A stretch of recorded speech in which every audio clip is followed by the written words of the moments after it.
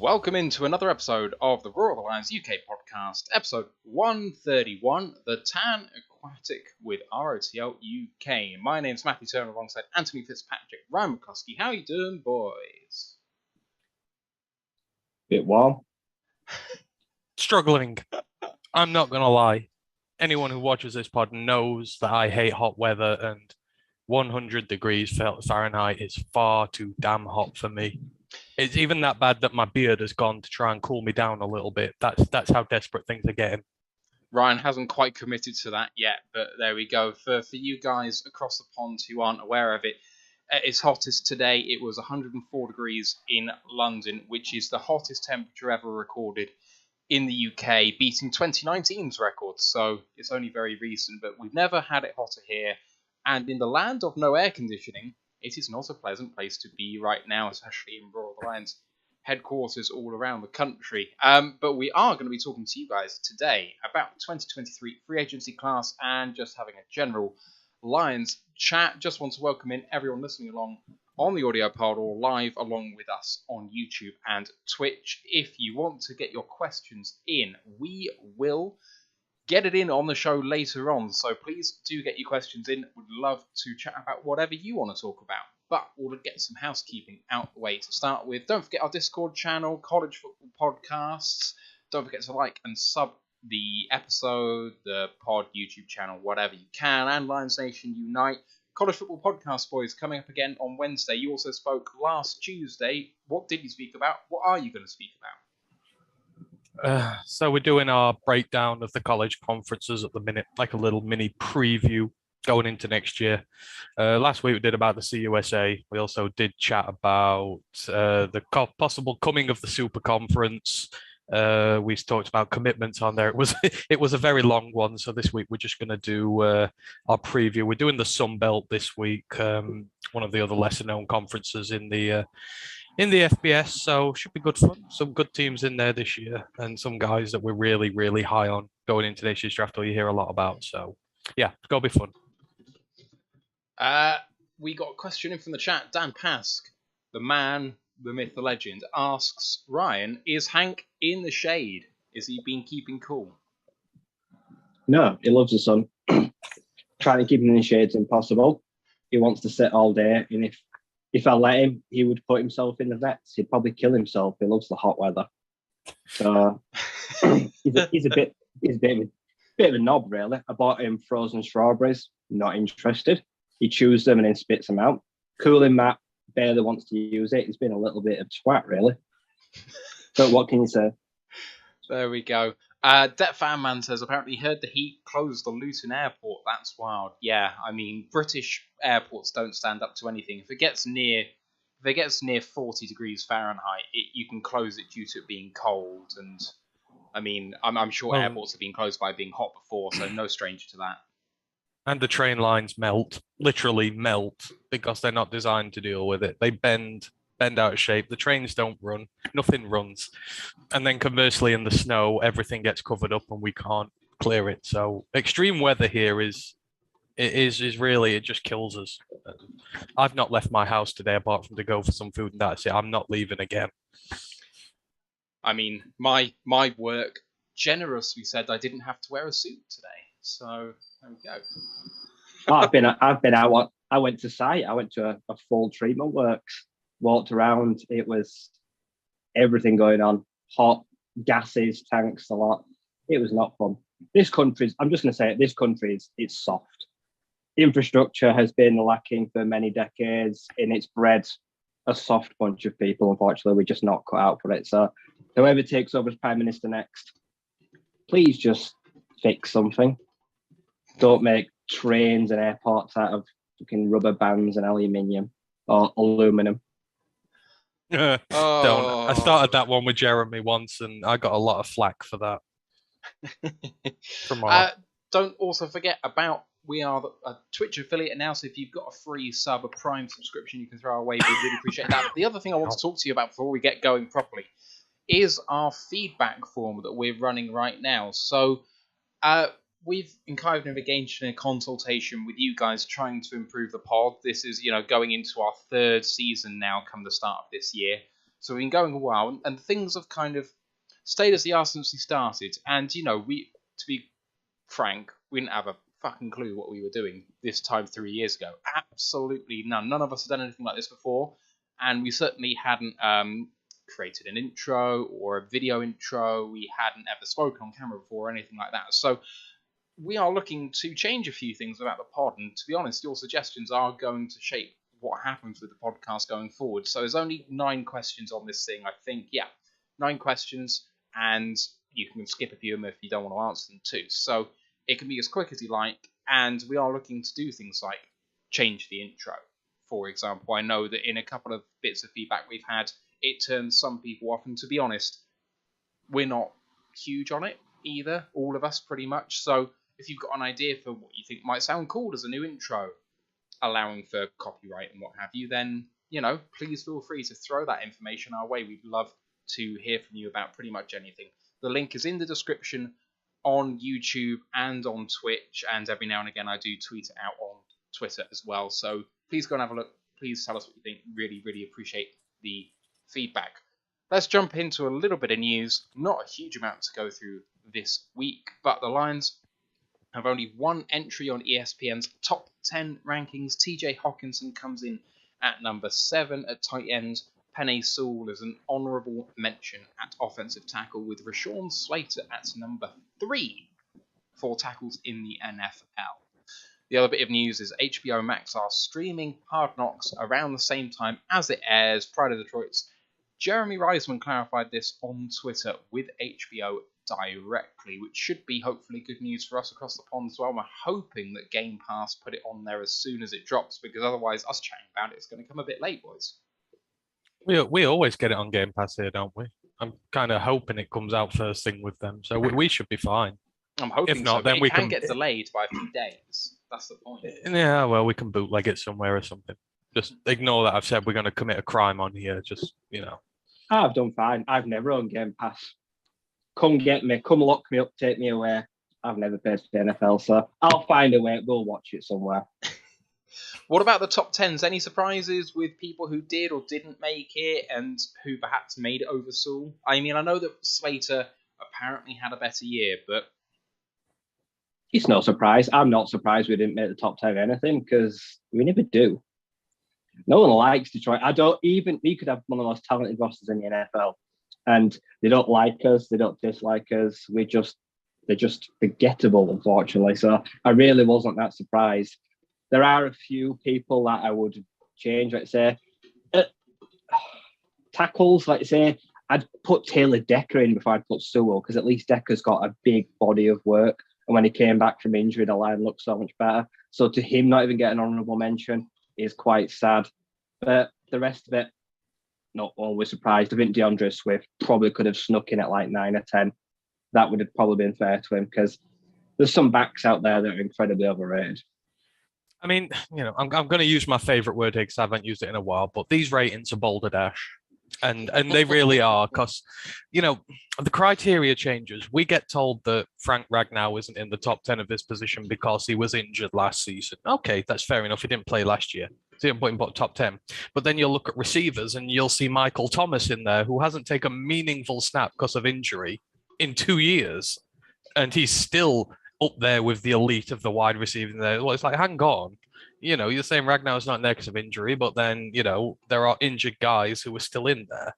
So, it's just a big farce at the end of the day. But I learned to not care about these things a while ago. Let people sleep on the Detroit Lions. There are a lot of good players here who, if they're not top 10 now, could potentially be top 10 in the near future. Let them develop, let them shock the league, and let the league go, oh, hang on, we have been disrespecting them. Right. So let's crack on with a bit more of our main topic tonight, which is the Lions that are going to be free agents in the end of this season, 2023 free agents. And to kind of start us off, at least in the beginning, I want to disregard all the new guys who are here on one-year contracts. We can talk about them maybe after, but I got no interest in talking about what contract DJ Chark is going to sign at the end of this season. Like, we could have literally signed him to a longer deal a few weeks ago. So I don't see the merit in that conversation, at least to start this topic off. So I want to have a look at people already on the roster from last season who are finishing the contract at the end of this season. And I've picked out a few to kick us off that might stimulate some conversation in some sort of order in offense, defense, and positional groups. So you've got the quarterbacks Tim Boyle and David Blau, who returned on one-year deals. Jamal Williams, the running back. Evan Brown, the backup center. Then on defense, we've got Alex Anzalone, Josh Woods, Jared Davis at linebacker. Jared Davis actually is a returning player, so I should not have included him. Beg your pardon. Amani Oriwarie as the cornerback, and then Will Harris as a positionless, useless player, and CJ Moore as a special teams player safety. So those are your guys that I've picked out. There are a few more on there, such as, restricted free agents, and I've disregarded them because if we want to sign them, we can. So, and cheap. So there's no real decision to be made there. If they show anything at all, they'll probably be returning. I also haven't included exclusive rights free agents like Scott Daly, Anthony Pittman, Riley Patterson, Tommy Kramer, Mark Gilbert, Ryan McCullum, because it's very much a kind of similar argument here. I've also disregarded people that I really just don't think have a particular shot. I mean, I'm talking about someone like Austin Bryant here too, who is an unrestricted free agent at the end of the year, but if he makes it out of camp, I'll be shocked. And feel free to disagree with me on this. If you want to have a look at the players that are going to be available, I am dropping a link in the chat right now of both Twitch and YouTube. So these are the people that we're talking about. Boys, of the guys that we've listed there, shall I just take it from the top and start with Tim Boyle and David Blau? I think this one will be short. But what should we be doing there? Bye-bye. Get rid of them now. I'm not even keeping them for the year. Yeah, just let Goff do it on his own. Right, let's have a look at exactly what that would mean for us. There's plenty of good quarterbacks out there now. So our second segment is going to be about current free agents you'd sign. So we can kind of link this in when we get there. But if we were to cut either of those guys, what are we talking about? So for Boyle, Tim Boyle has a $2 million cap hit, and you save $1.75 million by... No, you don't save 1.7. You only save $250,000 by cutting him, and $1.75 million would be dead. Excuse me. And Blau, 1.15 million cap hit, 205,000 dead, 945,000 coming back. So a much, much bigger return by cutting Blau. Am I mad for liking Blau more, though? Yes. Okay. You're mad for liking any of them. And this is coming from someone who was a Boyle stand this time last year. Yes, you were. They're both, neither of them are worth their weight in like copper, let alone gold or anything like that. It's let them see their contracts out and then ditch them next year. Because even if Goff does well, I still think we'll go quarterback in the draft. How high it depends, but still, we'll get someone who's better in to do the backup role. So just roll with them and then let them go. Fair. What do we have? We have Quirky Zerky saying Blau is going to be around for 3 more years as quarterback 3. After we draft a developmental quarterback next year, his future is as a quarterback's coach. I basically agree with who's that. his developmental quarterback? Well, that's the thing. That's what I just said there. If Goff plays really well, you draft a development guy. If he plays rubbish, you draft a first rounder. Kind of the way it goes. I'm still not against drafting the first rounder, even if he plays well. Someone falls to you, to be honest. How well he plays doesn't really affect who I want to take. It's just who's available at the time you pick, and that changes with how well Goff plays. But we shall see. Right, let's move on because that conversation not the most fun. But we can move on to Jamal Williams, which is a bit more of a conversation. I know that Ryan has a take on Jamal. What would you do with him at the end of this season? Oh, just say bye. I've already accepted that I'm not bringing him back. From what I've seen so far from the other running backs on the roster, we can probably get the same from Reynolds and Jefferson. He will probably want a few million, and I'm not giving it. I am not giving him anything because whatever he asks for me is too much. At this time in 12 months, I do not want him taking more snaps away from running backs that probably deserve them. I want someone to dislodge him from running back 2 this year. So I'm challenging Craig Reynolds, Jamar Jefferson, and anyone else, Greg Bell, someone come in there, take his job, make the decision easier. But even if they don't, if someone don't step up, I'm drafting a running back next year, so I'm not bringing Jamal Williams back regardless. See, my take's probably a little more controversial on this, but I think Jamal's future with us depends entirely on what DeAndre Swift does this year. So for me, if Swift has, breaks out as the guy we all know he can be and has a really good productive year here, and Jefferson, Reynolds and that are able to pick up the slack as well, then there's no need for Jamal on the roster. After that, you can pick up another guy. You don't even have to spend like a high pick in the draft. You can get a 5th, 6th round guy, bring him in as a backup, sort of the rotation behind Swift. That's absolutely fine. If DeAndre Swift sucks and doesn't end, if he's still having problems with injuries, if you're still not getting the consistency out of him that you want to, and if Jamal does a decent job here this season, then I'd cut DeAndre. I would be done with him and I would keep Jamal because I need a senior option here as a running back. And then I would go out and draft a running back as well. I would go higher on a running back as well. Definitely day 2. I think I would look to go after one. Have Jamal up here as the veteran guy, have this guy come in, bed in, and still have the rotation behind. So for me, it's dependent. Obviously, Williams has to play well. If Williams just plays bad and Swift plays bad, then can the pair of them.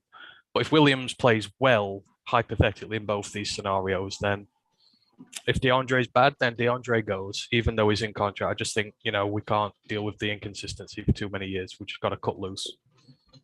I know it'd upset people, but next year, if our running game this year is not to scratch, I'm using that late first rounder. I'll take Bijan Robinson. I'll take a first round back and a first round QB. Literally about to ask the question as to whether you want to take him at 2-1 or 1 late. Yeah.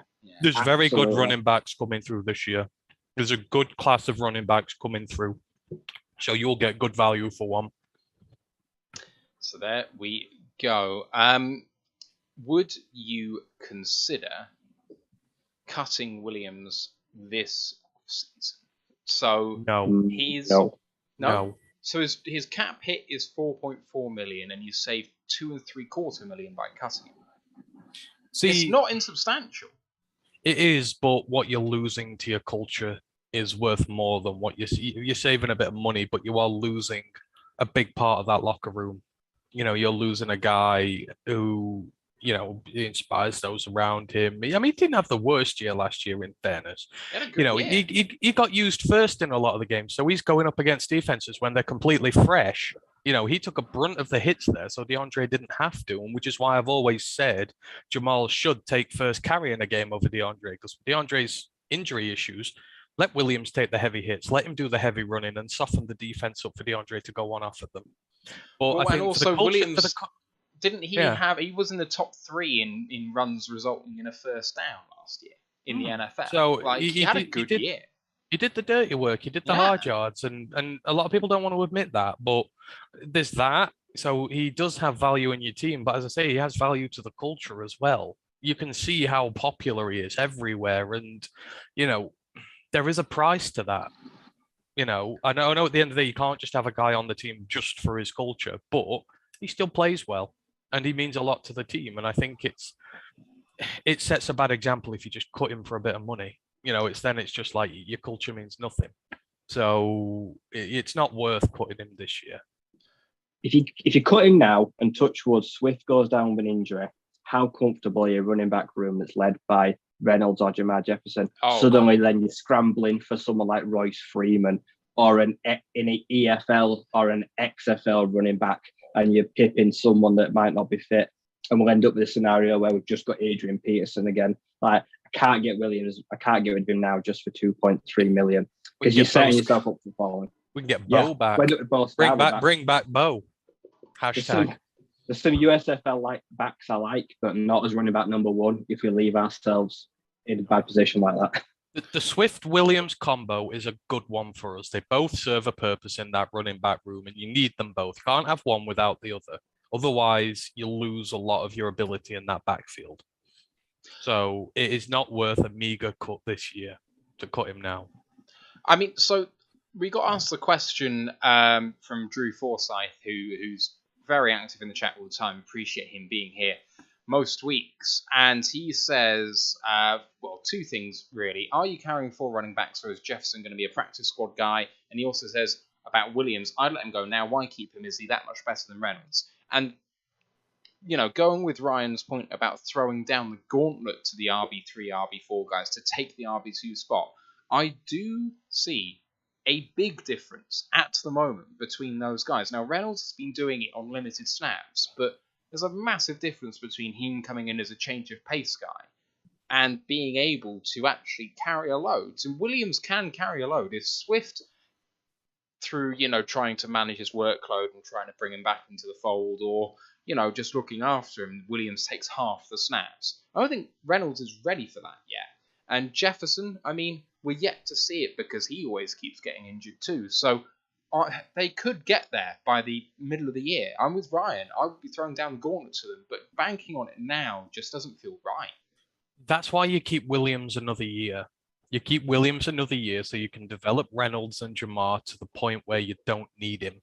And you can just say, he's seeing his contract out. We've been good to you, Jamal. You've had your 2 years here. Now we're moving on. We've got Reynolds and Jamar to come in and do the work instead, for us.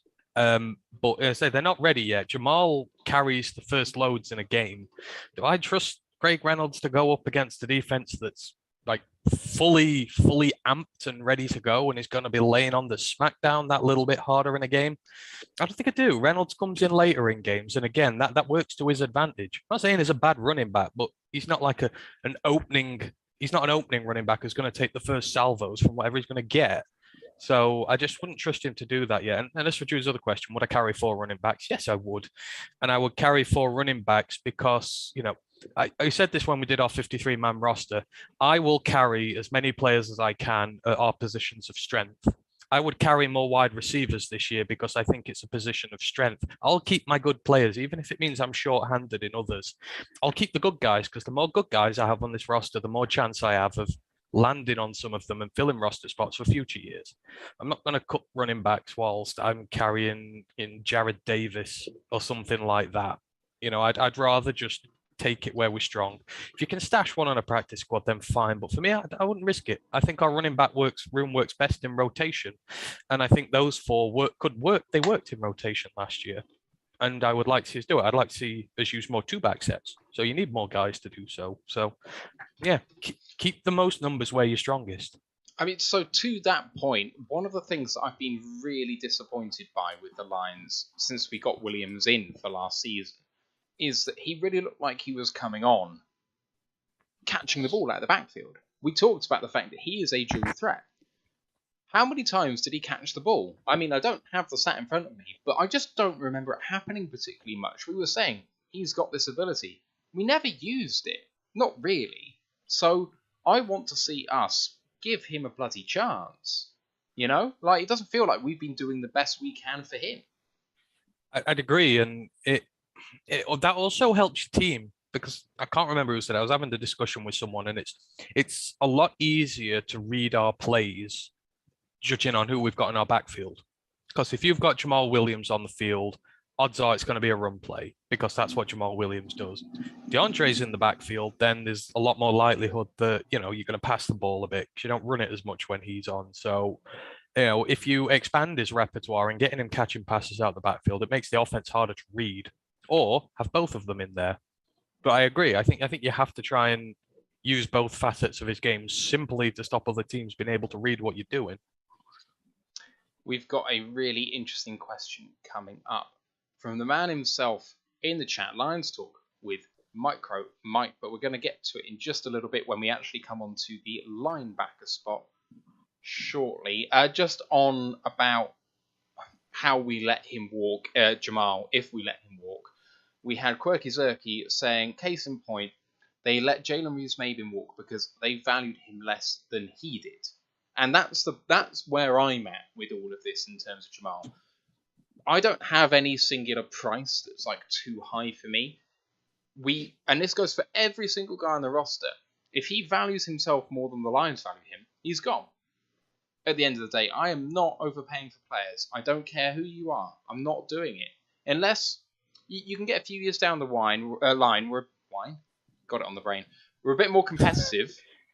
Come get and a bottle of our Sauvignon. quarterback says he wants an extension, then I can kind of get over a barrel, and I'm kind of okay with that. But at the point where we're in this rebuild, we're hoping to get somewhere. There's absolutely no incentive for me to overpay for someone.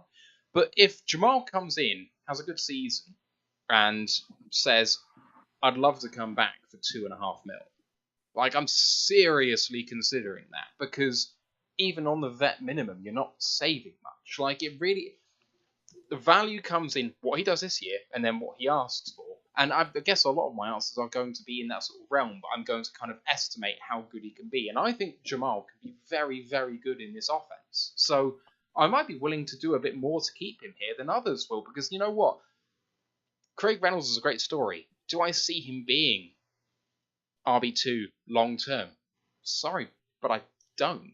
And do I think that Jermar Jefferson can be the guy long term? You know what? I just think that the guy is going to be unlucky in his career here. What we've seen so far, I really don't know whether he's going to get the chance. Like, I just doubt whether he can actually do that. And so, if Jamal does come in and do well, and we don't want to spend a draft pick on him, but we can bring him back cheaply, I'm all for it. Yeah, and this is why it's difficult to do something like this now, because you are pontificating on something that might possibly happen or might not possibly happen. We don't know whether we're going to keep him until we've seen them play this year. But, like you said, if he plays well and the finances are right on the deal, and, I hate all the things that goes around about player A wants this, he wants that. It's like the stuff with Hawk. Everyone's saying he wants elite money. We don't know what he wants. Players don't come out and say what they want. So, if he does come back and say he wants the decent money, then yeah, let him go, whatever. But, we've got to wait and see first. But I mean, like the Jalen Reeves-Maben thing, I mean, letting him go was completely justified. I'm absolutely delighted that we didn't go after him for that price value. And to be honest, probably showed a little bit of a lack of loyalty, given that we kept him around for so long, took him on the first team, and then just decided to go and get himself paid. Didn't give himself a hometown deal here. I'm very glad we got rid of him. But yeah, again, if the finances are right and he plays right, sure, why not? But again, there's a lot of intangibles at play here, which we just don't know about. Vigorez70 also says on Twitch chat, it's also an interesting question if you trust Holmes that he can find a running back at the right spot in the draft. I mean, I trust him with my life, never mind the draft. So, I probably back him. But my problem with banking on the draft is you only have so many picks. Like, when we go into next draft, I just want to upgrade everywhere. And you know what? Running back ain't a priority to me. You look at what San Francisco does with UDFAs at the running back position. It's not about devaluing the position. If we can get Bijan Robinson top of the second, I'm probably going to be all for it. Late first, yet to be convinced. He could be maybe one of the best running backs of all time until a knee injury ruins his career. God knows what happens with running backs, but we've all seen it before. But see, that's funny, because me and Ryan both said running backs in our top 4 priorities for next year. I still believe that. I just think it's easy to replace. Like, when we got Adrian Peterson in, it was a bad move. And I'm not sure whether I said it at the time. I think we pretty much all said it at the time, but I'm not 100%, and I'm not going to go back and check. But, I think we all said would much rather take a swing at someone younger who has upside, who could perhaps be something long-term, rather than this guy who might be productive for 1 year. There's plenty of guys who go undrafted, like Greg Bell, who could come in and actually be something. I don't know what Greg Bell's looked like in camp, but there's so many of these guys available, and still are available. We'll have a look at the 2022 current free agents at the moment, but there's other people on there. There is, but if people say you can just get a running back off the street and that's not entirely true. There's a lot behind it. I mean, everybody uses San Francisco as a point. Oh yeah, you can get a running. They got Elijah Mitchell in the 5th round, and he's done great. But there's more to it than that. One, the scheme that they're running there sort of fits it, but that offensive line is running behind. You've got Trent Williams, who is an absolute freak and the best tackle in the NFL by some distance. You've got Mike McGlinchey, who's one of the best right tackles in all of football in there. You've got you've got George Kittle, who's an absolute freak at tight end. The system doesn't work without him there.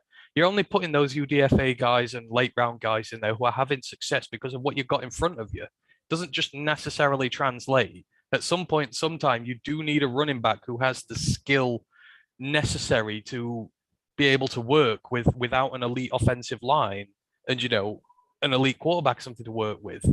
So it's not just as easy as saying you can pick one up off the street and it's going to be fine. At some point, you do have to invest capital in one. As long as you don't do it all the time and you're smart with it, then it's fine. I mean, the Steelers did it with Najee Harris. Was it the wrong thing? Maybe not. But he got 1,000 yards behind that trash offensive line.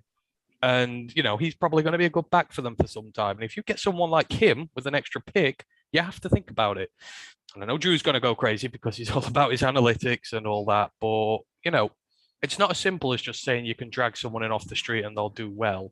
It's really not. If it's not easy, then why have we not done it? Because we've had about 50 Exactly. packs the last 10 years and our run game has been absolute dog shit. Yeah, but it's the same reason. It's the same reason why we couldn't build around Stafford. Though, we couldn't build around Stafford because our GMs were worth shit. But that's the thing. There's a team built in San Francisco for running backs to be successful all the time, no matter where they come from.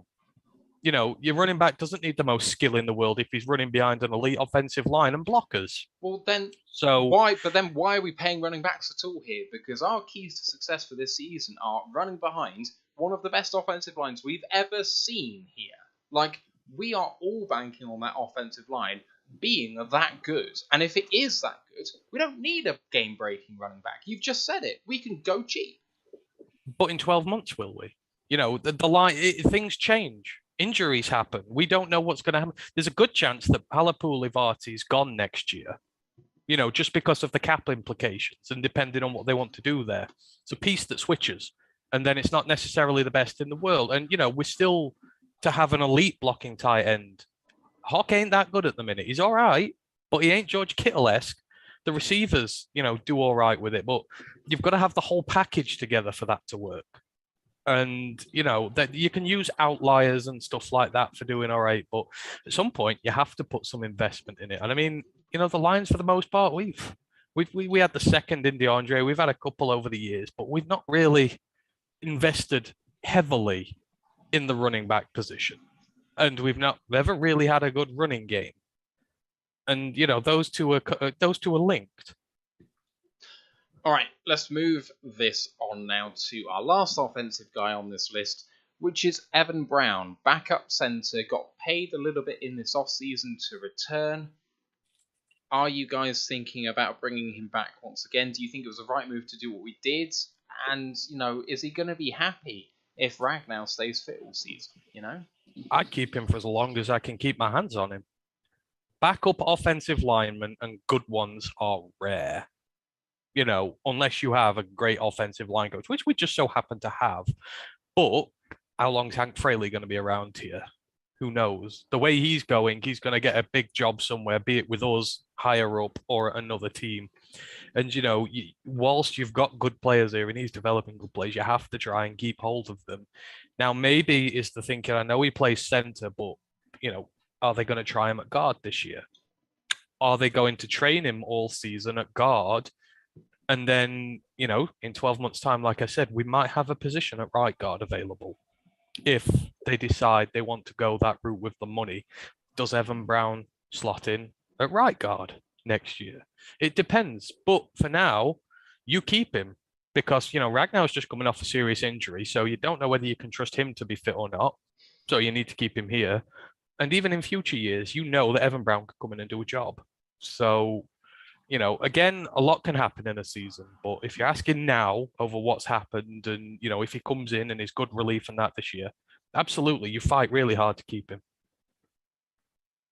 For me, if he's just a centre, then no. I want to see that he can play another position. I agree, I would like to try to see him at guard. I would like a natural successor to Vitae on this team. If that can be Evan Brown, that's great. If he's just a centre, it's going to come down to pence for me. It's going to come down to the money. If, he values himself too much in the 12 months' time, then no, I won't bring him back. But if we can agree on a deal and if it can work for both parties, then sure. I'll be happy to keep him around. But I feel like this is a big year for him. He can't just rest on his laurels and hope at some point he gets playing time. He needs to be tried pushing some other guys to take snaps, especially at that guard position. But as a guy, we have shown that, like I said, we have seen the last few years that when we do get down to bare bones, we do need some offensive linemen. So I would like to find a way to keep him around next year. I'd like a bit of versatility from him. I mean, we don't have an out in Ragnar's contract for years, so there has to be a reason they've brought him back. It can't just be to sit him as a backup center. I think that there's a plan behind bringing him back here.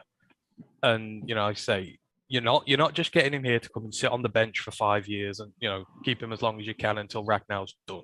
It's just not going to happen. So I think there's a plan to play him at guard. I really do. I think they'll give him the season. We might not see him very much, but behind the scenes, I reckon you'll see him taking tons of snaps there. Can he replace Halapoulivaati on a permanent basis next year? Save us a lot of money. Maybe, because we'd save some money on it for sure. He's got a battle. I'd like to see him battle Abina Eze for guard position next year. Like I say, one of them hopefully will be the guard of the future. Do you mean Obeid?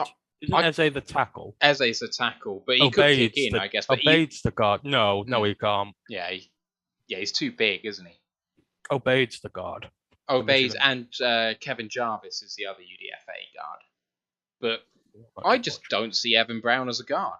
I just don't see him with the skill set, the body type. The guy struggles with lateral movement.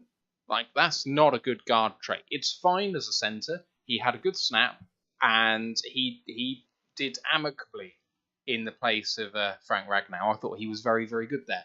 I just don't see a skill set that translates to guard. And to be honest, I wouldn't try. I'd just, as if I was him, try to be the best center I could and see where that takes me. If I get re-signed for $1.5–2 million every year doing what he's doing, then power to him.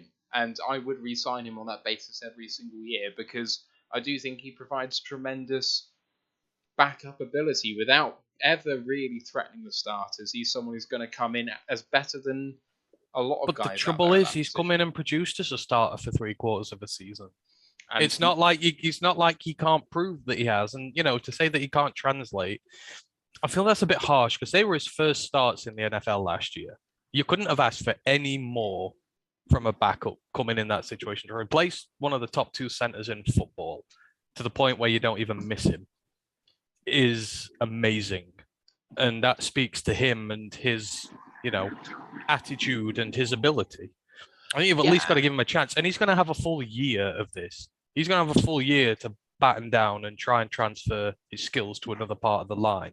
Not like he's got to do it in a month or two and we've got to make a decision on whether he's going to be a starter or not. It's be a long-term project. Sure. I think if we are trying to cross-chain men at guard, I wonder whether that impacts him being as good as he can be at centre, when I just don't think he possesses the natural skill to do it. Like, I would rather play Tommy Kramer at guard right now than Evan Brown at guard. I just think Tommy Kramer's a better guard. But at centre, it's absolutely no contest. Evan Brown... I don't think you'll play Brown. I don't think you'll play Brown at guard, even if you need one. You'll use Kramer. I just don't think you'll see him all season. I think they'll be training him. This will be a season about training, not playing. Maybe. Seeing if he can hold the role for next year. Mm-hmm. Because, I'd still rather keep Vaitai for the length of this deal now if he carries on what he's doing. But I can understand where they come from if that's where they're looking for extra money next year. Because obviously it's Goff, it's Brockers, it's Vaitai next year, where you look at massive savings for the team. So there's always going to have to be a plan B in case. I mean, my plan B is replace Vaitai next season, and it's by drafting someone in the 4th or 5th round. Like, I just think there's going to be guys available that you can draft in the interior offensive line. They're going to come in day one and be better than Evan Brown will be at guard, than Tommy Kramer will be at guard. That's what I think. But you'll have made your decision by then. You'll have made your decision by the end of this season as to whether Brown's good enough or not. True. So... All right. Well, hopefully that 4th or 5th round pick is better than Logan Stenberg, because we took that gamble already and he's Mr. Invisible. So we'll see. Yeah. I mean, picked by the previous regime, we shall say. Yes, but the previous regime whose only good picks for this team were on the offensive line. Yeah, okay, but asking you to hit on every single pick you make on that line is a bit of a hard ask too. But That's a really unfair thing to say. I mean, you're shitting on the only thing the old regime did good there. In a kind of backhanded way, anyway. Yeah, but all I'm saying is, they missed on an area that traditionally they were strong in. Yeah. So, it's not as simple as we can draft a guy next year and he come in and be an instant starter. Brown will have been here 2 years by then, and if he's learnt the system, he will be in a damn sight better position to start than a Rook will. Again, all theory, but I think the reason they've brought Evan Brown back, to be a backup centre, of course, but I think it's a 1 year swing to see if they can turn him into a guard so they don't have to spaff a pick in the draft next year on one. If you can turn him into a guard, gut vitae, save 10 million on him and use Brown and give him, 4 or 5 million, whatever, prove it deal to play guard, save yourself a good chunk of money there, which you can go spend elsewhere. Yeah, Dan makes a good point. Stenberg versus Kramer will be a really fun camp battle. I'm still on the Logan train. I think Logan's still going to surprise people. I do. Maybe. He had big penalty issues, and sometimes the discipline takes a long time to work out at the next level. You saw what happened with Ode Ibushi. Once he eradicated the penalties from his system, he was a damn sight better guard than he was previous to it.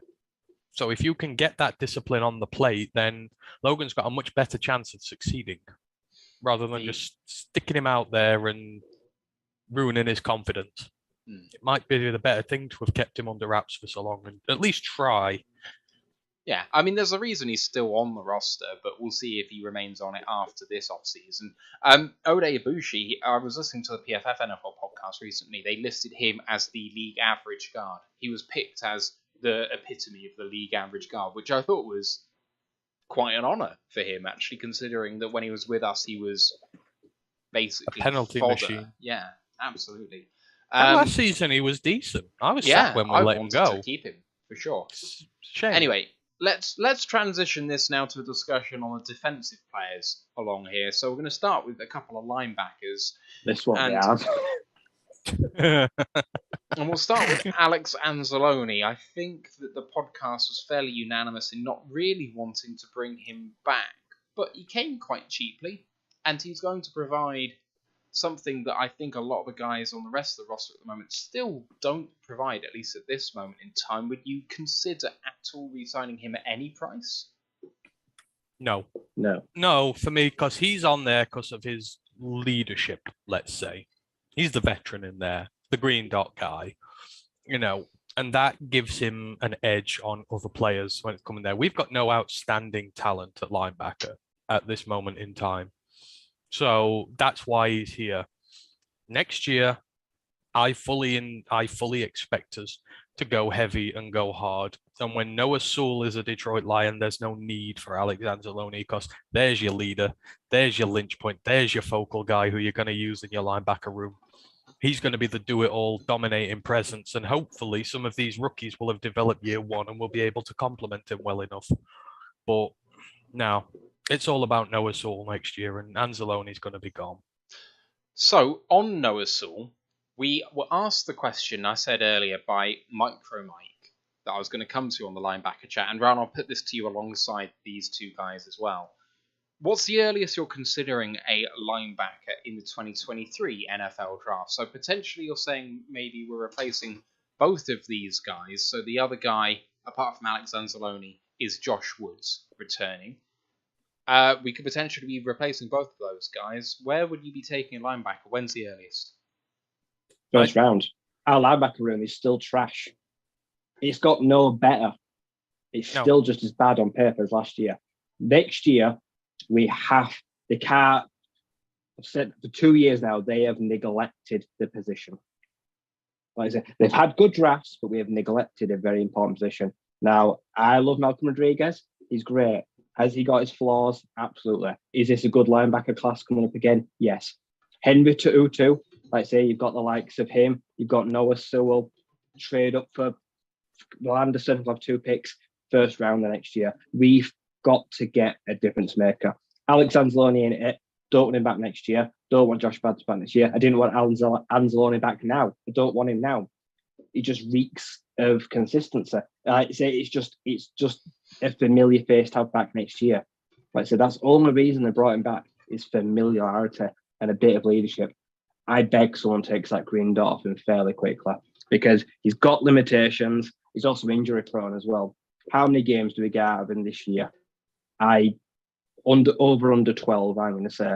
I bet he misses at least one period of a knock because he's often injured. So that is one position we have got to address next year. And if we wait until the third or fourth round next year again, I will raise a big red flag because I guarantee we'll struggle at the position again this year. Unless we're going to pay out in free agency, because we're going to have a lot more free agency money. But I'm with Ryan. I'd pull a JMO for Noah Sewell next year, and I wouldn't think twice about it. Obviously, depending on where we're picking. But one has to assume that we're probably going to be around, 10, 15, I'd say, maybe optimistically, but let's just say 7 to 15. We're going to be in that range. And then the Rams are likely to be 25 plus again. Maybe the top 10's too early for Noah Sewell. Who knows, depending on what sort of year that he has. Obviously, he's got to have another great year. But if everything goes to plan, I'd completely pull a JMO for him. He's that good. I mean, you saw the look on Brad Holmes' face when they got Penay. We've always said that Noah can be better at his position than what Penay is. That is just how good he is.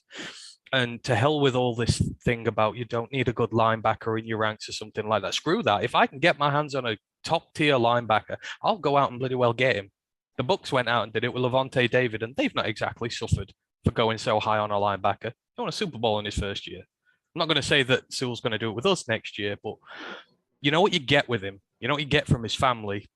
Player is committed, dedicated, and he will revitalize that linebacker room in one. And as Ryan says, we have neglected it far, far, far too long.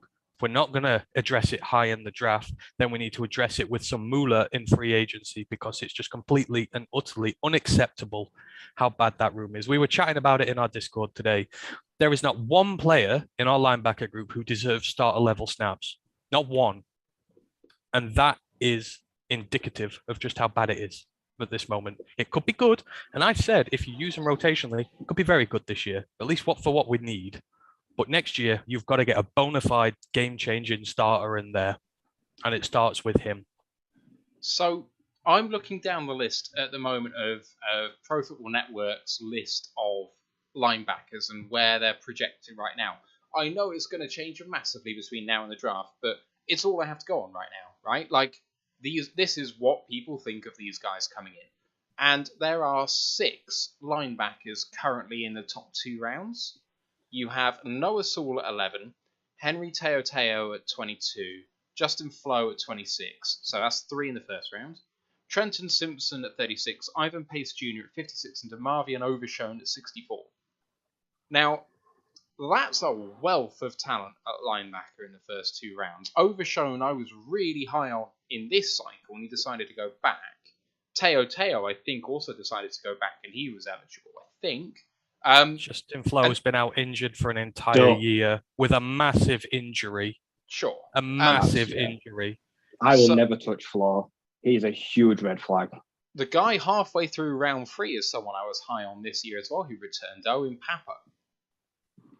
Yeah, but he disappeared into round 5 and 6 of the draft cycle this year. That's why he went back. His stock plummeted. And I know we're trying to do that thing again. We're trying to do that thing of there's other guys, we don't need to go that high. Why? Why do we not need to go that high? What draft capital have we ever put in at linebacker? Apart from Jared Davis, let's forget about that. But you need to really go for it. And I just completely disagree with a decent one. But there's a gap here. I completely disagree. I don't. I think there's some really good linebackers this year, but linebacker for me right now, where this team is at, is right now it's number 1 priority next year. That's how bad things are. It's number 1 priority to get a really good linebacker in this team. Really is. And I don't think that's going to change much during the season. depending on how Goff does, quarterback could soon overtake it, but it's still going to be in the top 2 or top 3. And we've got 3 picks in the top 2 rounds. So I'm picking one guy at linebacker in those top 2 rounds as a bare ass minimum. Oh, and yeah, top 2 rounds for sure. But what I was trying to highlight is Overshone was one of those guys who was getting a lot of first round chatter last year, and he is at 64 right now. I just feel like I swear I saw it a few times. He was awful. He was awful. Yeah, I think that's a stretch. And again, that's what I mean. It's easy for Pro Football Network to go, there's all these guys here this year, but there's a lot wrong with some of them. Like I say, Flo's coming back off a horrific injury. You don't know what you're going to get. Noah has been consistent. He has been healthy, and he's been elite. You get that every year. And we got his brother here, so we know exactly the type of player he's going to be. So even back to the thing, there needs to be an elite pick put in a linebacker next year. Needs to be a round 1 pick for me. Plain and simple. I'll go whether another guy comes along or not. Another guy might come along, but right now, it's fixed on him. The very highest I'll go is the Rams pick, and I would be willing to trade up a few spots from wherever that is to go and get someone, but it's the absolute highest I'll go. And to be honest, I don't really want to do it, and I'd much rather it be the second round pick, personally. But that's where I'm at. Just to answer that's fine. But all I would say to anyone who is who doesn't want to do it, who would go, I'll pick a round 4 or 5 guy, whatever.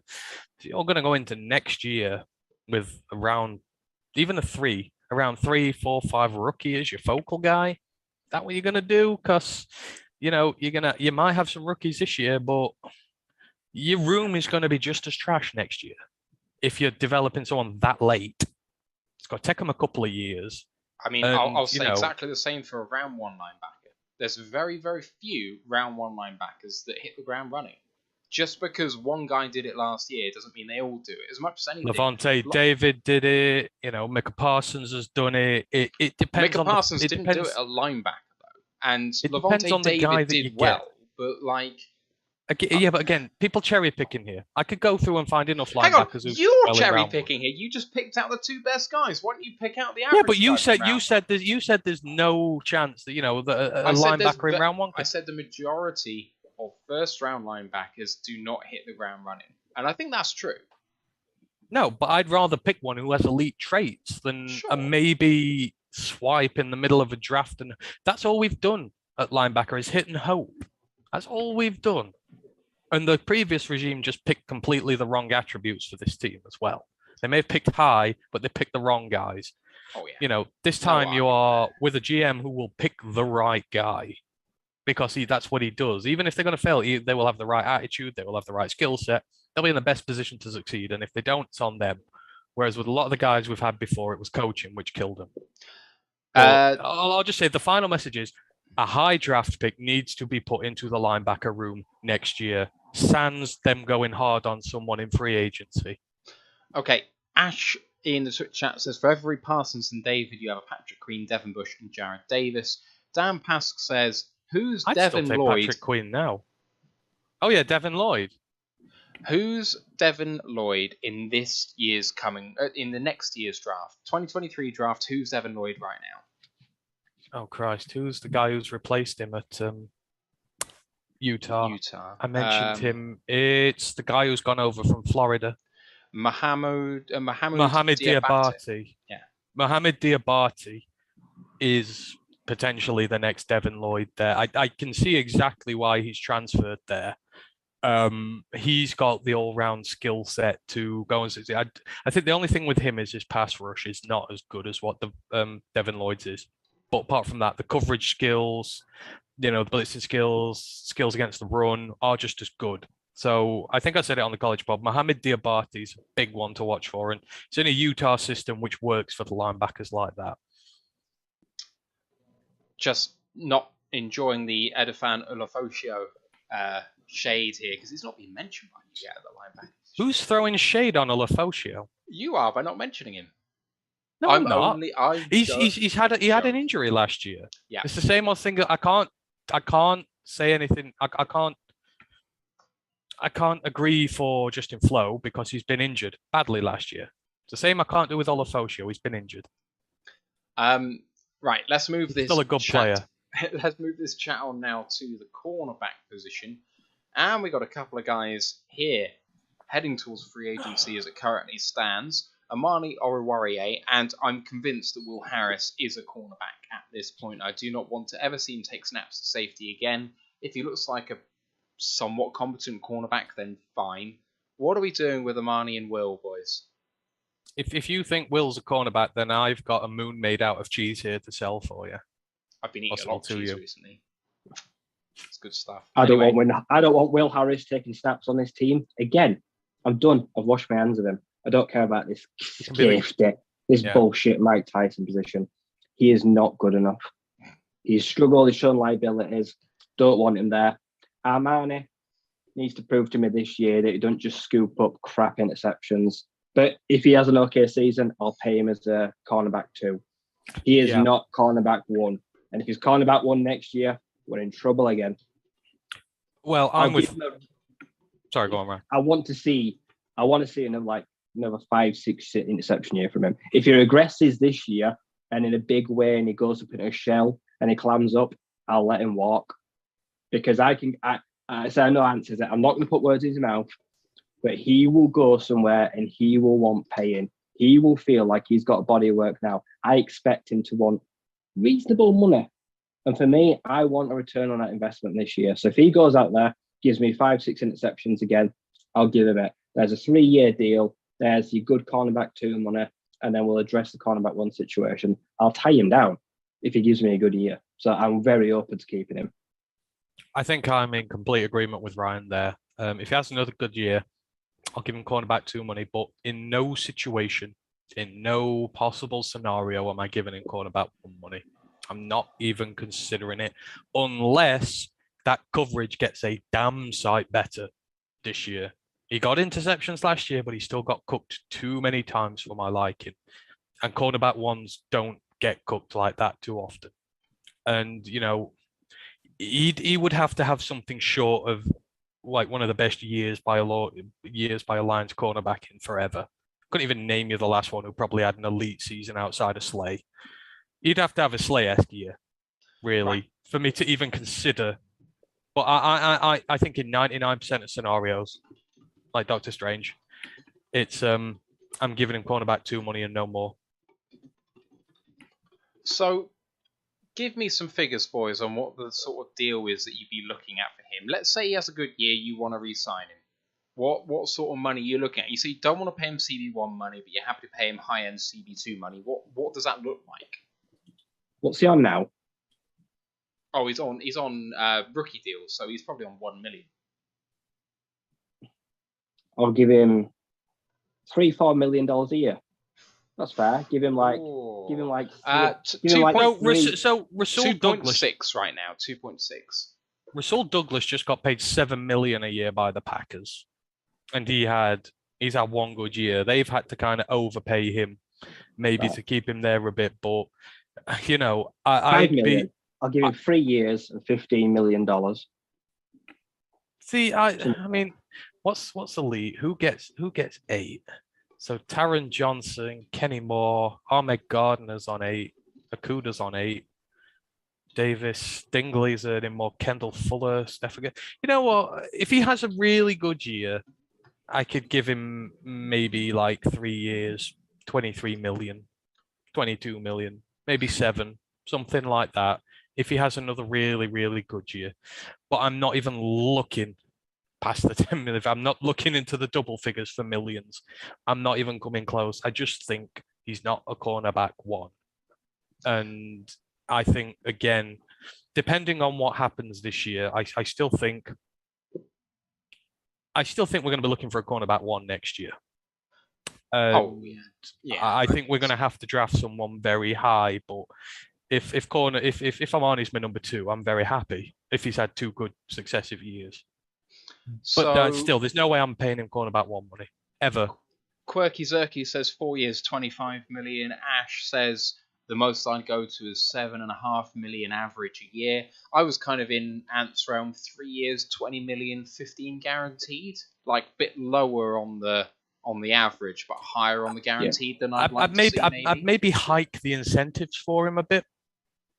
Yeah, maybe hike because I mean they've done similar with Tracy and Charles, haven't they? I mean, there's quite a lot of incentives on those deals for them to get more, and I think that's going to be Brad Holmes' style. Unless you've got a true breakout superstar on your hands, I don't think they're going to go max on anybody and really put in some eye-watering numbers.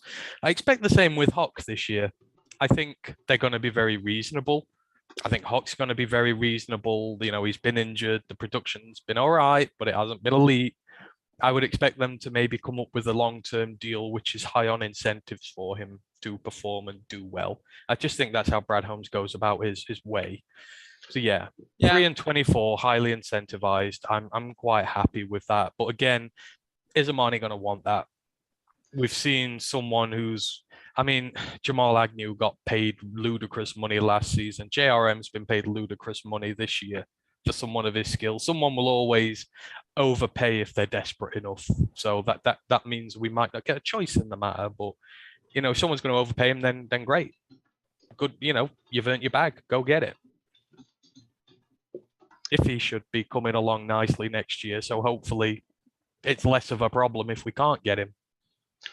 Yeah, absolutely. Chrome says he's not worth CB1 money, but Drew thinks he's going to get paid $11 to $12 million a year. I think that's a lot higher than we not by think us. he's going Not to by me. Not by me. Not by me. If he's averaging 11 a year with heavily incentivized deal, just about cope with it, but not a lot of guaranteed on that. I don't think you can ask for that because at the minute he's had one steady season, really. You know, he's been inconsistent for the most part. Last year was the first semi-consistent season and he didn't have much help around him. So he's got a lot of help around him this year. So there's no reason why he shouldn't be performing extremely well. And if he doesn't, then again, you've got to kind of take that into your analysis. You know, analytically, from what you've seen of him, is he worth 11 or 12 million, Drew? I don't see how you can say from what we've seen of him so far he's worth that. And I don't think we should pay it him. Drew says that's CB2 money. I just respectfully disagree. I think there's very few CB2s that are getting that sort of money. I mean, we were saying we pay him high-end CB2 money, but I feel like that's really, really high. While you research that, we'll just... So there are 22 corners earning 10 million plus in the league this year. So by definition, that's less than all the CB1s in the league. Yeah, there should be 32 CB1s in the league. There are only 22. I mean, obviously some are on rookies and they're probably going to go up in that. But I mean, who have you got? Kendall Fuller, Darius Williams, Stephon Gilmore, Ronald Darby, Dante Jackson, Adoree Jackson, Shaquille Griffin, Javarius Ward. Jesus. Adoree Jackson. There's some overpays in here. I mean, how is he flunched that? I mean, Marcus Peters is earning 14 million. You would say Marcus Peters is a good cornerback. Yes. He's earning 14 million this year. What's Slay on? What does Slay get? Slay this year is on 16.6. 16.6? Jesus Christ. Drew said, is this not the sort of money you'd ask for if your RORA is agent? Yeah, but it is a negotiation. Oh, yeah. We're saying it from our point of view, though. We're you know, this is what we would pay him. I've no doubt his agent will be going in. And if he pulls off another 5 or 6 picks this year and he's walking into the office with 12, 13 picks in his last 2 seasons, then, you know, he's got a lot of leverage, especially in a room that potentially, if all the other cornerbacks in our room suck this year, if the rookies don't come through, if Okuda's hit by injury, then we've not got a whole lot there and his bargaining position becomes a lot stronger. Whereas on the flip side, if he turns into a starting corner, if Okuda comes back and plays like he does and the young guys start playing well, then we can almost afford to let him go. You know, a lot of this is going to come, you know, there's going to be a new story to tell come January as to what's gone on this year and, you know, to how badly we need him. Yeah, it's more about how everyone else plays and how he plays. In an ideal world, we don't need him. Yeah, we let him go. Like say, go get your bag somewhere else, pal. Go chase the money because we've got an adequate replacement right here. That would be a nice ideal world. He gets paid and we have his replacement already here. I mean, in an ideal world, I'd like to see him play well and stay. on good money. You know, like Harrison Walker, they're not on breaking bank deals. You know, I would like to see him stay. He's one of ours. We drafted him. You don't like to let your draft pick go if they play well, but again, if the money's too much, then there has to be a point where you say, you know, I do love you as a player, but it's just a bit too much. All right, let's then move on to the final one, which is CJ Moore. Obviously, core special teams player, plays every punt play as the personal protector. Also can play snaps at safety, although ideally he never ever would. You've got to pay some people on special teams, surely. Is there a way he finds his way onto the 2023 roster for you guys? If he's happy to be a career special teamer and see very little action on the pitch, then fine. That's fine. I'm quite happy with that. If he's got demands to be in the team, then sorry, but bye. We've just got too many of these special teams guys who just are not good enough in the first team. And, you know, a good team doesn't have those guys. It doesn't have lots of special teamers who are below average starters or, you know, important rotational pieces in your side. So, no. Unless he's prepared to just spend his life playing special teams, then no. Yeah, if you pay him a core special teamer, it's vet minimum. Anything more, you can't offer, like say, this team has now shown that it is not willing to just let special teamers get paid, take a ride, take the odd snap on the field. Mike Ford, JRM, both gone in the last 2 years because they did it on special teams, didn't really work out on the field. And I know we keep saying, like, and we know he protects the punter. For Christ's sake, teach someone else to do it this year, please. We can't just keep bringing him back because he plays that one key position, because that is very narrow-minded. That is a very tunnel vision way to look at things. At least get him to try show someone else how to do it. But yeah, if he'll come back on a good deal just to play special teams and he delivers, sure. But he's not good enough to start. I mean, 100%. At worst, you can spaff a 6th or 7th round draft pick on a promising special teamer out of college and teach them. Costs you nothing, really, to replace. Yeah, it's true. I'd give him 1 year, $1.5 million for the rest of his career if he wanted. To be honest, I'd be perfectly happy with that. At the end of the day, the special teams unit is very, very good. Jack Fox, one of the best punters in the league, and he can only punt if he's protected well. So that's got to reflect well on CJ Moore and what he's done the last couple of years. But like Ryan says, we've lost core members of our special teams, and we still have good special teams. We're not missing. You know, we're not missing Ford. We're not missing Killebrew. They've gone. They're someone else's problem now. The difference between a gunner or just another player and I'm sorry, but like Ryan says, no. I'm sorry. You can go out and find someone else. You really can. I'm sure you can teach a person to be a protector. You can't not be able to go into the street and find a running back. You can't go onto the street and teach someone to play special teams. We need to be in a position. Yeah. We need to be in a position where our special teamers are good enough to be progressing through into the first team, not sitting stagnant there. Good teams will have a good first team and they will have good guys in special teams waiting for their opportunity to go forward. He's had his chance. Our safety room has been bare as anything. It's been bare as, you know, it's been completely bare. Bare as the Lions trophy cabinet. And he's still done nothing. Very little, and he looks bad. And that is not the type of player that we can have here. You know, we need players who are going to compete, be dogs, as they say, and are going to threaten this team. There's just no place for, like I say, we were a haven for good special teams guys who were never going to make it in the first team because we valued our special teams that high and we didn't challenge ourselves to do better. Now we're challenging ourselves to do better. And these types of guys, they have to go now. All of them. So that's the end of the guys I had listed, but there's a few others, people who are perhaps only here on 1-year deals to begin with. They are Mike Hughes, Jared Davis, Chris Board, Deshaun Elliott, Garrett Griffin, DJ Chark, Devin Funches. Any of those guys you want to say, actually, we made a mistake in only signing him to a 1-year deal. I'd rather see him re-signed right now to a 3-year deal. If you could turn back the clock and just make it a longer deal, is there any of them that you'd like to do that with? No. You've got to watch them play first. The whole point we do the 1-year deal is because we want to see the cream rise to the top, and we did last year. I know Tracy Walker wasn't a year deal, but Charles Harris was a 1-year deal. He rose to the top. Reynolds was a short-term deal. He rose to the top, and then you reward those guys with bigger deals. Too many times over the years, again, we've handed out big contracts and we've regretted them after 1 year, and it's cost us to get rid of them. This is the way to do things, especially where we're at now. We're still in a decent part of the rebuild here. We have to send these flyers out, and hopefully, I'd like to say hopefully this time next year, Mike Hughes is in because he's been damn good at cornerback. DJ Chark is in because he's been damn good at wide receiver. I could say the guys I would like to in an ideal situation, but that's why we've got so many of them. Hopefully, if we can land on 1 or 2, it's 1 or 2 less spots to fill next year. So, but you've got to see them play first. I'm not going to give them big, especially some of these guys have a lot of them, because when you're on a 1-year deal, you've either been injured or you're inconsistent. So you don't go throwing big contracts to those players till they prove themselves.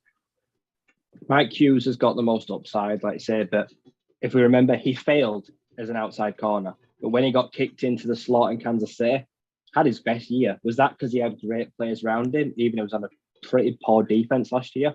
Like I said, if this does well this time next year, he'll get a 2-year contract. He'll be this year's Charles Harris.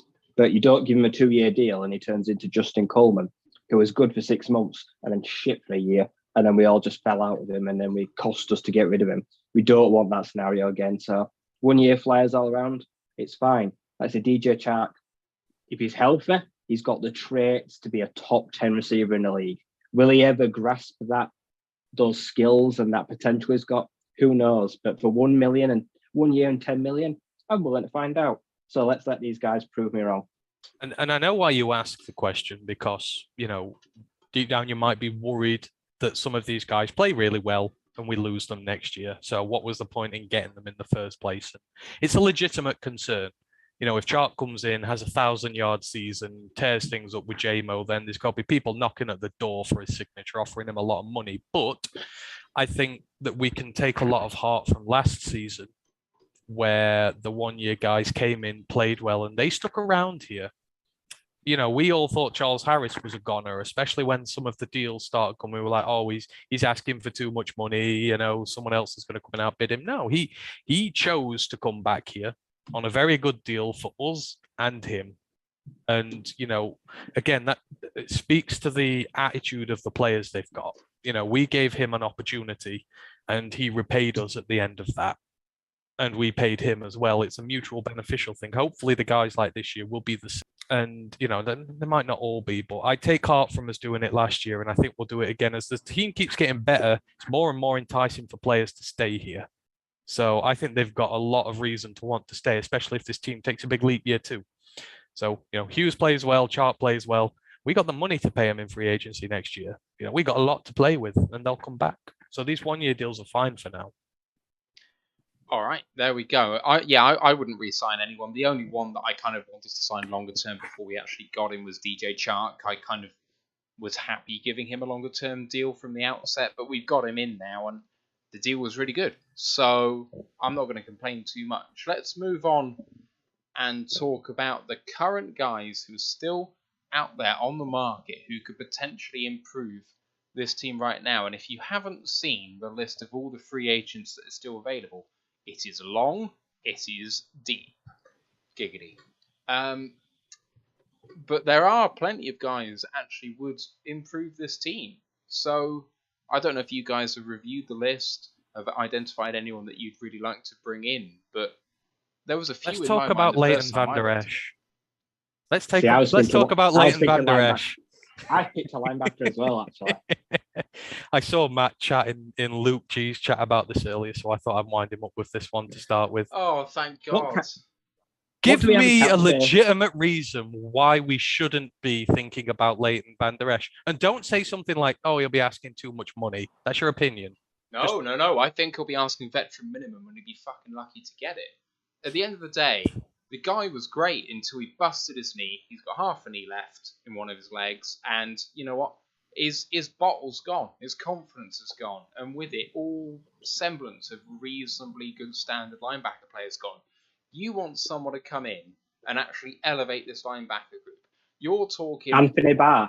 Anthony Barr is by far a better choice than Van Der Esch. Van Der Esch is a wash. Yeah, but Barr will want money. We're not a contender. But on a 1-year flyer, currently right now, he's running out of options. Like I say, free agency is extended. I'd like to think that he's willing to come down a little bit on price to get picked up by a team. Let's see how long he waits for free agency. But he's the player I think is probably someone that will help this linebacker room. I would be willing to work on a 1-year deal with him. And it's not too far from where he is now. So it makes a little bit of sense. So, Matt, can I ask you a question? Do you genuinely think that a Leighton Van Der Esch with a half a knee is as bad as Alex Anzalone? Let's say, for example. So worse. You say he's injured, right? So last year, Alex Anzalone played 827 snaps, graded out 35.4. Leighton Van Der Esch played 717 snaps and graded out at over 60. I mean, when you've got Micah That's Parsons double. next to you, then you know that's going to. Oh, but he's not a linebacker; he's an edge rusher. When you have a that front is what seven, you said. When you said he is not a linebacker. He's not a linebacker, but when you have a front seven that actually works well, as we all know with what happened with the Lions, and we've last got year, a front seven, and we've got a good front seven this year. So Alex Anzalone's going to be fine then. No, I'm sorry. That's so, 35 to 60. So what? No. Hey, This is the book of PFF here. You subscribe to this. You worship this like the Bible. There is a vast difference there, and he's played less than 100 less snaps than him last season. So the injury is not an excuse, and he grades out a lot better. He's shite. So now, what's your excuse? He's shot, and he's still playing twice as good as Alex Anzalone is, according to the Twice as good? No. 35 to 60 is basically twice. It's not a linear scale. I'm going to remember all this for the next time you're shoving PFF grades down my throat to justify an argument. Your throat. We've all agreed to sub to it, so you can take that and fuck off. But there are other linebackers who are available who could do something. I think that some of the guys out there are worth at least a shot in camp. I don't know whether they'd actually be able to make it and whether they'd be better than the guys we currently have. But I think they're worth a chance. Alec Ogletree, Quan Alexander, John Bostic, Danny Trevathan, Donta Hightower. All of these guys available at linebacker, inside linebacker, outside linebackers, Barr, KJ Wright. I won't mention Jamie Collins, please. God, no. Brandon Copeland? Maybe not. Oh. But there's a few guys out there we can bring into camp. I'd work Quan Alexander out. I know he's coming up in injury. I suppose when I look at all those names, I think at least nearly all of them, at least above 32, 33. There's a reason they're there because, let's say, they've piled up a bit of mileage, but some of them there are worth a shot. I don't know. I mean, are we sort of taking flyers on? Obviously, you might have to take flyers in maybe next year as well. Thinking in the future, some of these guys you can reclaim. I'd also like to wait to see, say, when you get that big first round of cuts, because there's going to be some surprising names. Like I said, I'd probably wait until then to pick up a linebacker. Yeah, I think that's the thing we need to watch out because obviously July. The deadline should be on now. There'll be a lot of people getting cut soon, won't there? So, yeah, there'll be cuts coming. Absolutely. I mean, we picked Harris up off the cuts last year, didn't we? We picked him up in July, early August. Wasn't long before the season started. It's actually only 25 days till the first preseason game now, isn't it? So it's not that far away. It's not far away. Okay, cornerbacks that we could potentially pick up, at least to do something in camp. And I know we've got a deep room, but just to consider this, some of the notable names I Don't see say right Kevin here. King. Trey Waynes, Chris Harris, Xavier Rhodes, AJ Boye, Vernon Hargraves. Bring back Nevin Lawson, no thanks. Anyone else on there worth it? Damn. We had that argument during the all-team decade show. I mean, we could get a 4th overall pick. See, I've long been a proponent of Xavier Rhodes as a vet. I've been saying that for at least 2 years now because I believe haven't Indy been paying him, and Yeah. they've done all right there. Mm. And he's sort of the steady, reassuring presence at corner who is great for your vet. If he's great for your rookies. And again, we are missing a proper veteran presence in there, a proper older guy, and he can still come in and play. So, for the last, I'll say it again, I've said it for 2 years, I would still be in on going after Xavier Rhodes. At least put him in his competition. If he can't beat out what we've got, then fine, he's past it, he's over the hill. But certainly as a vet option, I'd still really like him here. But the trouble is, I guess it means one of the others has to miss out. And it depends, are you willing to try and get them through to the practice squad?